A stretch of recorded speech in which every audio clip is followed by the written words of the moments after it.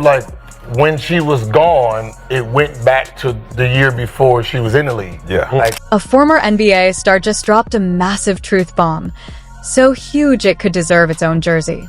The WNBA crossed Caitlin Clark, and now it feels like the basketball gods are taking notice, asking, really?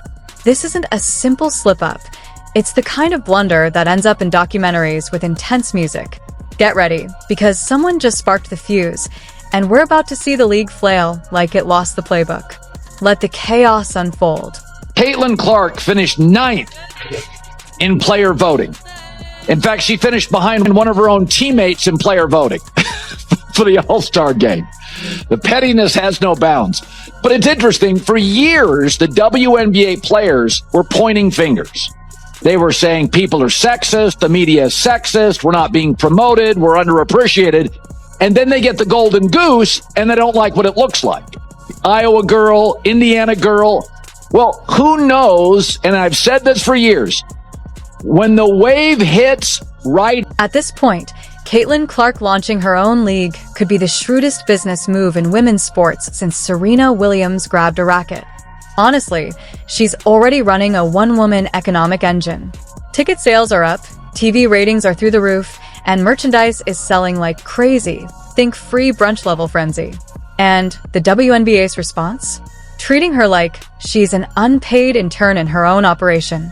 Women of the WNBA voted Caitlin Clark as the 9th best guard. They sure pay a lot of attention to the 9th best guard. I saw that you put out jealous is the word. I would agree with that. There is still, to this day, a lot of jealousy, and I think maybe it's even getting worse. I do.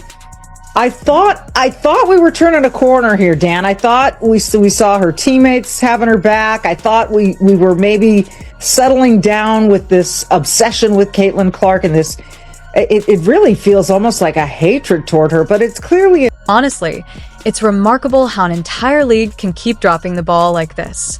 For decades, they pleaded to be seen, respected, and properly marketed. We need visibility, they shouted. We need support, they demanded. Then the basketball gods handed them Caitlin Clark, a golden goose with a deadly jump shot and charisma for days. And how did they handle this once-in-a-generation talent?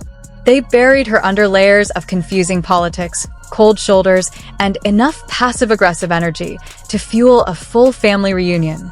Fortunately, I am not surprised that the players ranked her so low. However, I do take it as a sign of disrespect to Caitlin Clark. I know that she hasn't had her greatest season. I also know that she has been out with injury, but there is no person in the world who can convince me that there are 8 better guards than Caitlin Clark in the WNBA. And I also think it's so interesting because if you look closely here, the players have the first, second, third, 2 players tied for 4th, then the 6th, 7th. There is no 8th place guard in this player. It's like screaming for a lifeboat for years, finally getting one, and then deciding to poke holes in it.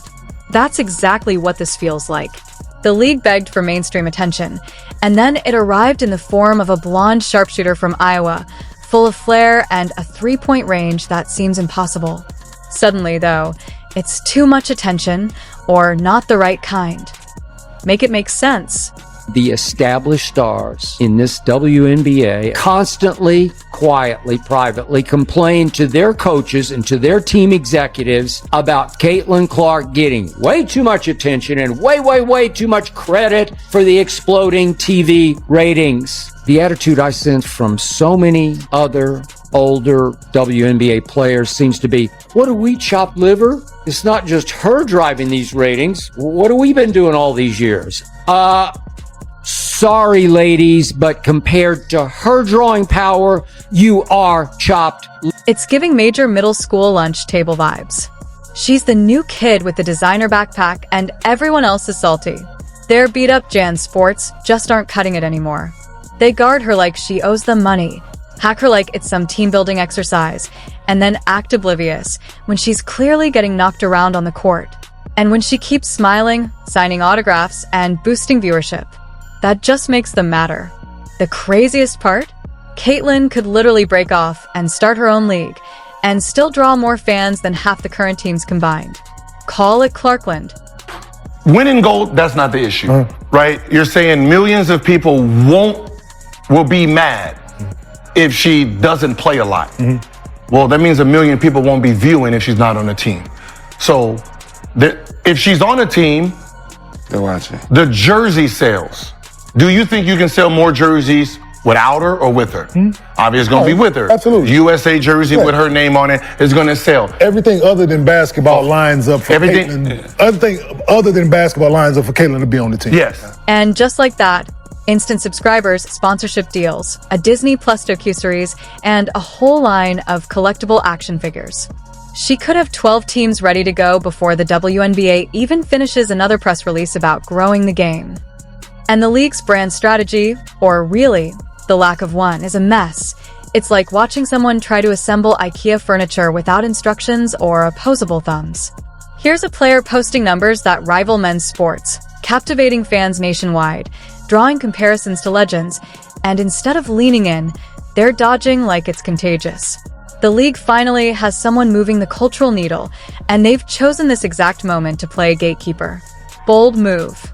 She, and she alone, is driving the ratings way, way above what all of you together were able to generate before she first set foot on a WNBA stage. Now, Caitlin did have a rookie foil figure opposite her in Angel Reese. And man, Caitlin versus Angel in this year's opener set the all-time WNBA ratings record. But as cool and charismatic as Angel is, as dominant as she is on social media as opposed to Caitlin, the truth is that Angel can't begin to match Caitlin's basketball drawing power. If Caitlin can pack 15,000 fans into seats that used to hold 2,000, and suddenly companies that never paid attention are handing out sponsorships like candy, maybe, just maybe, she's good for business. Instead, they're treating her like an outsider at a private club, as if being exceptional on and off the court somehow disqualifies her. And don't even get me started on the media side of things. Watching some pundits twist themselves into pretzel-like yoga poses just to downplay her impact is downright comical. You could call it the Caitlin Circuit, with arenas selling out faster than Beyoncé tickets. Every game would be an event. Halftime shows, shoe drops, courtside influencers, real innovation instead of recycled grudges and questionable calls. Let's be real. Caitlin Clark is the show right now. You know it, I know it, and even the ones pretending not to notice are peeking through the blinds. She's not just a player, she's a phenomenon. Caitlin Clark is transforming women's basketball, drawing fans, boosting ratings, and redefining the game. Yet the WNBA treats her talent like a threat. Bureaucracy, cold shoulders, and petty politics are holding back the league while she carries it on her back. Other players and media twist themselves to downplay her impact, but she keeps delivering excellence. She could start her own league, go overseas, or build something fan-first and media-savvy, and fans would follow. The current leadership risks irrelevance by punishing success instead of protecting it. Greatness like Caitlin's doesn't wait for permission. It finds, or builds, the stage it deserves.